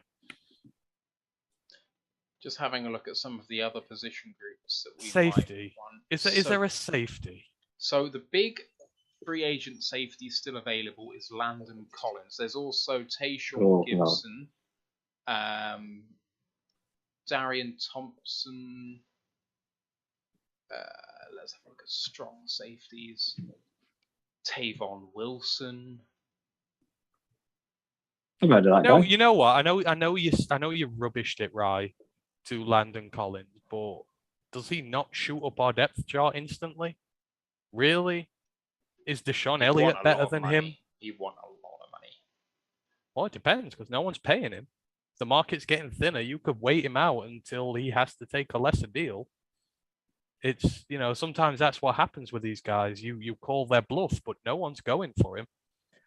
And I still think, that I know Ash is really high on Kirby Joseph, but again, and I keep getting told this about my late round draft guys. These are rookies, and there's no guarantee, especially in year one, that they're going to land to a high level. We still really only have one bona fide starter in the safety group. That's it. And we might be playing with 3 safeties this year. So that's not a good look. I still feel like there has to be an addition there. We do have some spare money. Probably maybe enough to tempt him to come here on a flyer. But, even if he's a bit meh, I'd still like another guy who's at least had starter reps in the NFL to a decent degree on this team this year. Because Deshaun Elliott's not really had that much starting experience, and I know everyone's hyped over him and that, but like I say, I'm going to use the same blowback I get when I'm talking about Malcolm Rodriguez. There's very, it's very unlikely that he comes in and is a superstar. It just isn't. He's another career special teamer. So to come in and realistically expect him to start locking down some of the receivers in this league is unrealistic. Okay, what about... We've still got to add. So I would go after him. I would. I might even go after some of the lesser guys there as well. I know it's a risk, and give the rookies fair chance to beat him out. Give Deshaun Elliott a fair chance to beat him out. But if anything, you need some depth in there. I don't want to see CJ Moore anywhere near the field this year. I don't want to see Will Harris anywhere near the safety position this year. Going on to, say, backups on the offensive line, if we want to have an improvement over tackle 3 and Matt Nelson, there's Riley Reef out there, there's Eric Fisher. He's only 31, I couldn't believe that. There's... he had terrible injuries, though. Yeah, he did. He was out. Didn't the Colts sign him last year, and he just didn't really play for them? No, he didn't. I think he was injured when they bought him. He didn't start the season. I think he got injured again.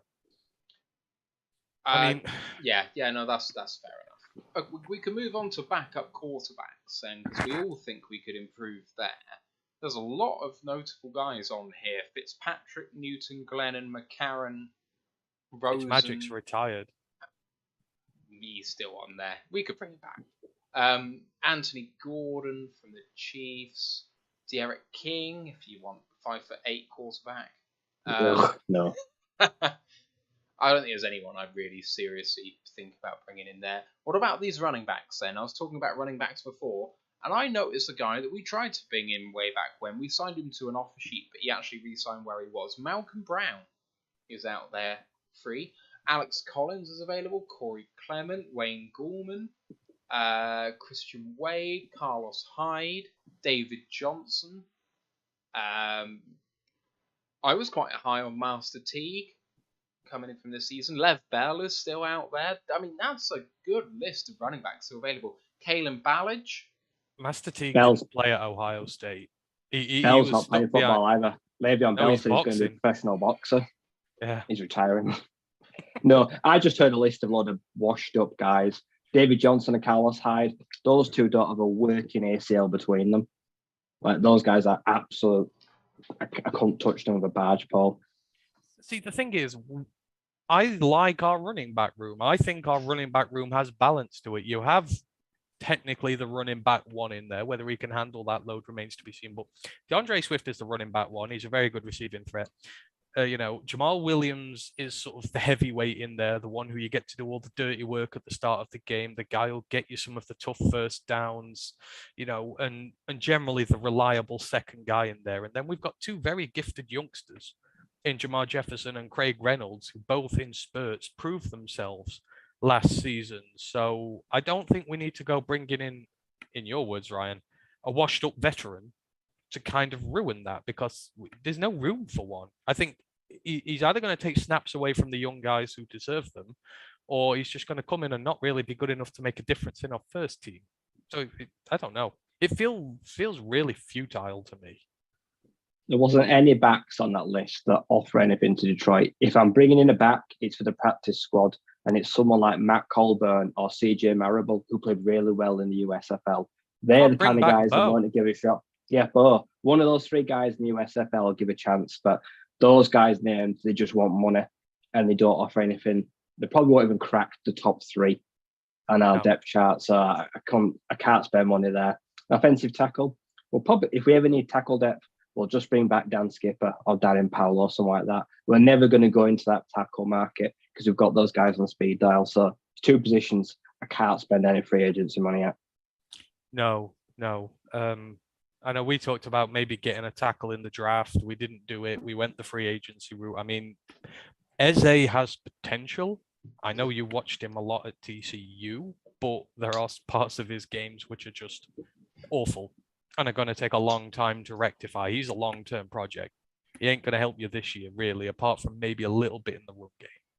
But, the running back room is fine. I would bring back Bo. Bo, I think, he's used to being here. He's familiar with the organization. I think he'll happily accept a place on the practice squad, and we can bring him up when we need him if need be, because he was good in the red zone when we needed him.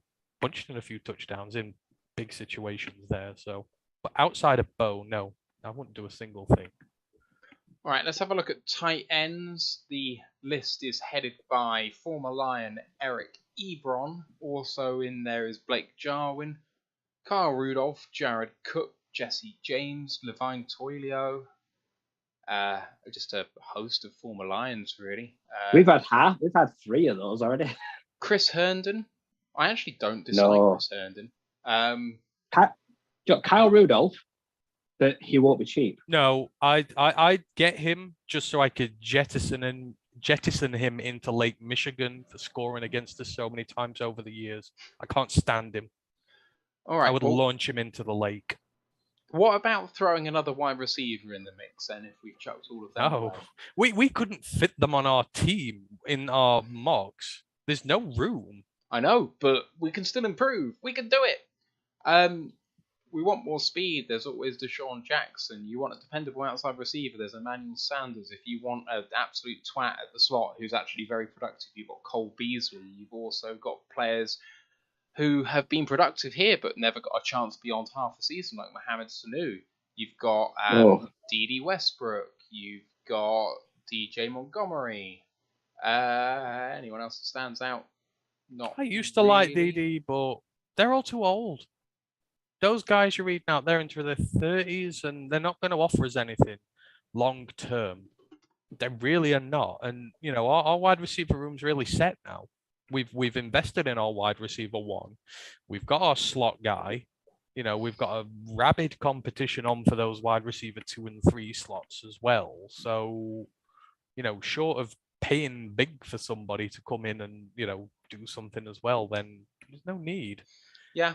We've got everything we need there, and even down to guys like Josh Johnson and Khalil Pimpleton, they're going to threaten the team this year, and they could offer something good, both of them, to this team in their own rights. And the way we need to build the young guys with a point to prove. That's the sort we want here, not the old ones. Not that I'm going to complain about Sanu. He did a good job in a hard situation, but that was when our team was terrible. Our wide receivers are a lot better now. I've glossed over guard. I just don't see any names I think would move the needle whatsoever. The other position that's been brought up in the chat by Ash is a potential backup nose tackle or one technique to back up Aleem McNeil just in case he goes down. There's no one really on the roster right now that can replicate that role, but I'm struggling to see someone who would be a really good nose tackle. Demetrius Taylor is, honestly, people are going to be shocked by Demetrius Taylor. He can play the nose tackle very well. He can play all across the line very well. If Aleem McNeil goes down for a game or two, I am very happy putting Demetrius Taylor in my side to do the work that he does. And I think I will get something out of it. That App State defense he was on last year was top 30, I think, in the entire country, which for a team of their stature in the Sun Belt is huge. It's a massive achievement for them. It was no mean feat. There's some very good players coming off there. So, yeah, Demetrius Taylor, I'm very happy with entrusting the backup nose tackle role to him right now. All right, so that is the entire free agency class as it stands. Obviously, I've missed edge because I just don't think there's any room for it, to be quite honest. But there's obviously going to be a lot of people cut as we move down to 53 once training camp and the preseason games get going, which is only a month away. So you can expect that list to grow and grow, and I'm sure we will pick up a few people here and there and cut a few others. So stay tuned for that as we have all the chat on it. Just a couple of listener questions to get through, but if you are listening along, you do want a question answered or just want to hit on a talking point, we will get to it if you put it in the chat right now, so go ahead and do that. We'll start off with Ash's question, which is a painful hypothetical personally for me, given that I own a shirt with this guy's name on his back. Ash, question. Do you think there is a chance that come week 1, neither of the Acquirer brothers are on the active roster? Good chance Julian's gone. People know my opinion on this, so they will not be surprised to hear me say, yes, I could see that happen. Obviously, both of them. Romeo will be on PUP, won't he? That's not active roster. I think that's what Ash means. We're not going to cut Romeo just outright. I think he means by PUP. So, yeah, Romeo will be on PUP, and I can see Julian getting cut. I honestly and truly can. I mean, where's he going to play? We've got good depth in the edge room now when Romeo is back. You can probably keep someone cheaper like Austin Bryant if you want some depth in, but we've got James Houston here now as well. And again, I know 6th round draft pick, played in the FCS, a lot to prove, yada, yada, yada, etc., etc. But when you're looking for your depth players, you're not going to be an instant impact guy, but you'll be able to gel him into this team. You'll be able to work him in and give him the same workload that Julian gets now. I have just never seen the consistency in play or with injury history to justify keeping him much longer. And, it hurts me to say, but I've been burned before like this, Deshaun Hand. We all wished year after year after year that he would get better, that he would get back to his rookie year. And it just never happened. And no matter how hard it was put in front of us, the injuries, the inconsistent play, we all just kind of kept blindly believing it was going to happen. And it never did. And so I'm a lot more reluctant now to do it with other guys because I've just been taught that history, it's just going to happen again. We spend another year here with him and he's injured. He plays, 6, 7 games. He shows flashes, gets some sacks. What are we going to do? Are we going to keep him for another year? I don't know. If it comes down to between him and Houston, I'm just going to take the younger guy who potentially could be much more for me long term and cut my losses there. So I think there's a good chance. If it were me, there would be. Do I realistically think they will? No. I think they like Julian too much. But if it's me, then there's a good chance neither of them would be there.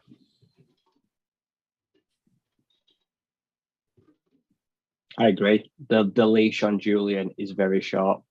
If we cut him, he won't clear. I don't think he'll clear waivers. I think someone will see him as another reclamation project. So I don't think we've got any chance of getting him on the practice squad. But I can see him getting axed. Like I say, availability is the best ability, and we've yet to see it. Those flashes, the inconsistency. He's got those natural born tools to work with, but we've just not seen anything yet. And it wasn't like he was cheap either. We're just yet to see a return on the investment. And I agree with the hand. We can't just keep plugging away at years and just expecting someone to come good. It hurt, and it hurt Romeo, but I don't have that much loyalty. I know he's his brother, but I'm not thinking that way. No, and that end of because and what everyone will do right now who wants to keep Julian will say, well, look how good he was at the end of the season. You know, he got his sack against Green Bay and that, but you know, that's the trap. You He see didn't matter, did it? That's the trap. You see just this small microcosm of what he can do, like we saw with Deshaun Hand. We saw the small microcosm of the player he could become, and we were always enticed to keep on going despite every other red flag going, telling us, no, stop. And I think it's just gotten to the point now where we have to start heeding the red flags and saying, look, there's only so much we can do here. I mean, for me, that I'm starting to feel like that's where we're at. And if we keep him and we get to next year in the same situation, I'm gonna be really annoyed, especially if Houston is let go in the process. And I don't know. So here's where I'm at with it. I don't really see much chance of Houston being picked up by someone else if he's cut. And that's where it comes down to for me. The guy was consensus ranked around 450 on draft boards this year. Now, someone might pick him up, they might surprise me. But I just think the chance of him being able to get down to the practice squad and protect him all year is very, very high. But in Julian, I see someone that performed hot and cold, as Ant says, not consistent. But I see someone who has the ability to play at a very high level if he just becomes more consistent. And yes, the injury thing is bad, but we took him as a project, knowing that he was coming off an injury the previous year. And we gave Deshaun Hand a lot more chances than we've given Julian. We've only given him one chance to have a healthy year. That's all we've given him. So if you think we've sunk a lot of time into him, I think you're being very, very quick on Julian. And you know what? Last year, it's not like he was bad for the majority of the year. He actually had some really, really high points. So I believe that Julian can turn it around. Now, if you told me that we were going to be sitting here having this conversation again next year, I would probably say that's the average circumstance. I would probably say that is what's going to happen on average. But if you told me that we were going to be sitting here next year talking about Houston in a sort of like, okay, yeah, he kind of did one or two good things, but he's still really raw. Yeah, I think that's probably the average circumstance too. Which one would I rather have, and which one am I banking on the upside for? I think Julian's ceiling is far higher than Houston's. So, like, on average, I expect Julian to hit his ceiling more than I expect Houston to hit his ceiling, is what I mean. I think their ceilings are both quite high. But I'd rather take the upside with Julian than I would with Houston. But we all agreed that we gave Hand far too long here. Far too long. You know, we were talking about this 2 years before we let him go. And, you know, and I know it's just Julian's third year now, so we sit there, but, you know, big injury at Notre Dame, big injury first year. He started one game in 2 years. You know, I just think that history is telling you that this is going to be a struggle for him. And where's he going to fit in this team? You know, we've said about putting him at outside linebacker, but he's bad against the run. You know, you can't really utilize him there. Where's he going to fit in this team? When Romeo's fit, when Harris is fit, Hutch is in there. No, so I can see him fitting in a nickel and a 4-2-5 as the will. I can also see him fitting in as the rush linebacker on passing downs. Also, rush defensive end on passing downs. You could trust him in coverage? Yep. See, This is, It's and tough, again, but- this is what old me would have probably agreed with you. I would have looked for every means necessary to try and keep it there. But now I'm listening, it just feels like we're making excuses. We're going to put him at linebacker. We're going to put him in coverage. Let's give him this chance. Let's give him that. Let's just keep giving him chances again and again and again and again and again. And So where does Jared Davis fit? Yeah. we've unfortunately for him, we have a linebacker group with Derek Barnes. You got Rodriguez in there.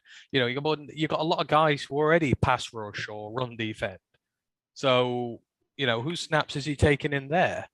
That's just going to disrupt the linebacker disruption, the linebacker evolution, as it were. The one good thing we're going to get linebacker this year is the rookies are going to get a lot of snaps. So trial by fire.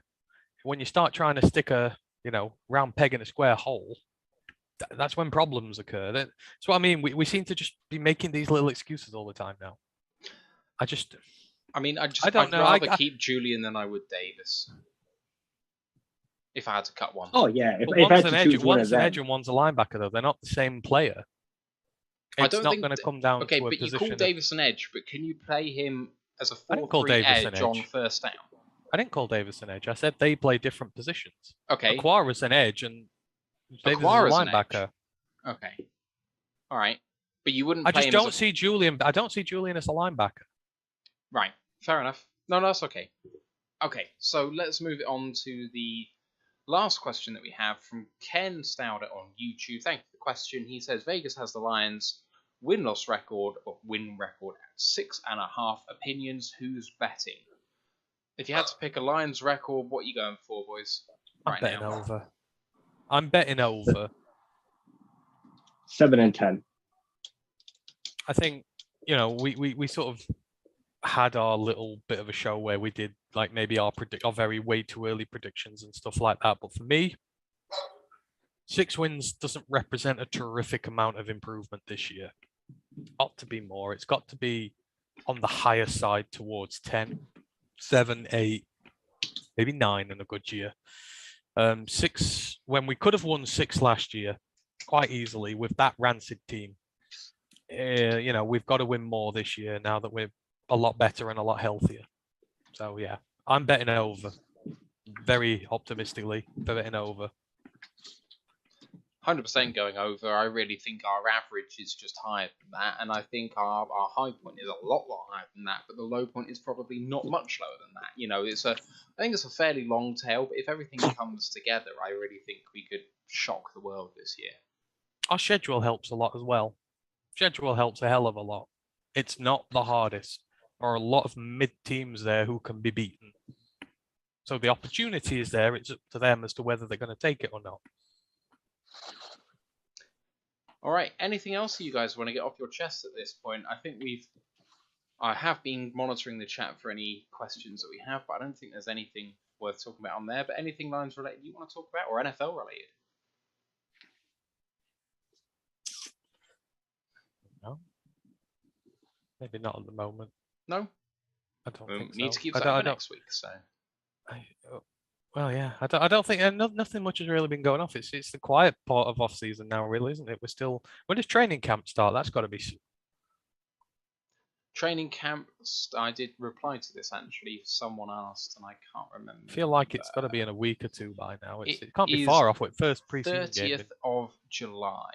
2 weeks. That's 12 days. 2 weeks. Yeah, that's not too bad then. Not long to go. Bigger says, where are you sitting for the Giants game? That'll be Ryan. Me. Yeah. Where are you sitting? I don't know. I bought the tickets, but I just went with the cheapest tickets. I have no idea where it is. Just listen for. I know just listen for the guy who's greeting people with the term "A up duck." Then you'll find him. It's up high. I'm like 3/4 of the way up, if that helps. Yeah, that's it. Just big errors. Just go around shouting "A up duck" and someone will respond to you, and it'll be Ryan. Yeah. If anyone's going to that game, feel free to message me because me and Lorraine would like to meet Detroit people there. Ash says next week I want an in-depth rant about our Madden ratings. EA do not deserve our time. No, we're not. I'm sorry. I said this on Twitter. I don't let it bug me no more because it's just unnecessary grief that we don't need to deal with. Highlighted my Madden one about thing. more valuable things. I highlighted my one thing. You know, Kadarius Toney being rated over Amon-Ra is an absolute travesty. But that's it, because we can just let it destroy us, and we're better than that. We're not going to complain. Madden's been the same for about 6 years. They just put a new skin on it. It's the new FIFA. It's shit. And NCAA will be exactly the same. They'll take the same engine, they'll put a skin on it with some player licenses, and they'll just throw out a crap game. And I'm really looking forward to it, but I'm preparing myself to be severely let down. But at least Ash gets to watch a good Jordan Travis on a video game, so it's a good thing for him. We won't even be in college. No, he won't be, will he? Is there a CFL game that he'll be able to buy? Because that's probably where he'll be. And Yeah, that, I've been watching a lot of the CFL lately, and you know what? It's amazing how different it is. It's basically an entirely different game. The rules are just so different. It's so weird. Right, if you're Canadian, please tell me why you have 1 point. What's the point of scoring 1 point? Do you get 1 point if you kick it through the uprights from a kickoff? You get 1 point if they miss a field goal, or like if they punt and if it goes into the end zone and it's caught by the returner and they step out of bounds, it's a point, which is just odd to me. I do like slot backs. I like the fact they have slot backs and everyone motions. The NFL should have that. It'd be a lot more fun. Hey, Dan Orlovsky would have got some good points in his time if he'd have been you get points for messing around in the end zone or out of it. Quirky Zerky says, don't slander the CFL. It's the best form of football out there. I have never watched it. Unless you're it's better unless you're a defender. It's better than the USFL. Yeah. The USFL was garbage. If you're a defensive back, you have 20-yard end zones and 130-yard fields. You can't cover this shit. It's so unfair. Right. Let's draw this to a close here. It's been a really good chat, but we have been going for a while. Just to say at the top of this, please do contribute to the changes we are making to the show. We are making substantial changes, including video intro, audio intro. The national anthem-y type stuff is going to go at some point in the near future. If you have suggestions on what you'd like to see, what you'd like to hear, please get it in, as well as pretty much anything about the show, good or bad. Just do let us know, and it will make a difference to what we do going forward. The link is in the YouTube and Twitch descriptions, and I'll also tweet it out at the end of the show. Next episode this time next week, 25th of July. Don't forget about the College Football Podcast. Covered the Conference USA last week and this week, and Sunbelt will be back on Wednesday on our normal day. All right, that is coming up. Don't forget our socials, Royal the Lions UK on Twitch, YouTube, Facebook, Instagram, and Twitter. Follow them all. Rate us 5 stars, all the good stuff you can. Prime subs on Twitch as well if you can too. No cost to you, but very much appreciated by us. And the website, royallionsuk.com. Just remains to thank co-hosts Anthony Fitzpatrick, Ryan McCluskey. My name's Matthew Turner. We'll see you next week. Thanks for joining us. Let's go Lions. One pride. One pride. One pride.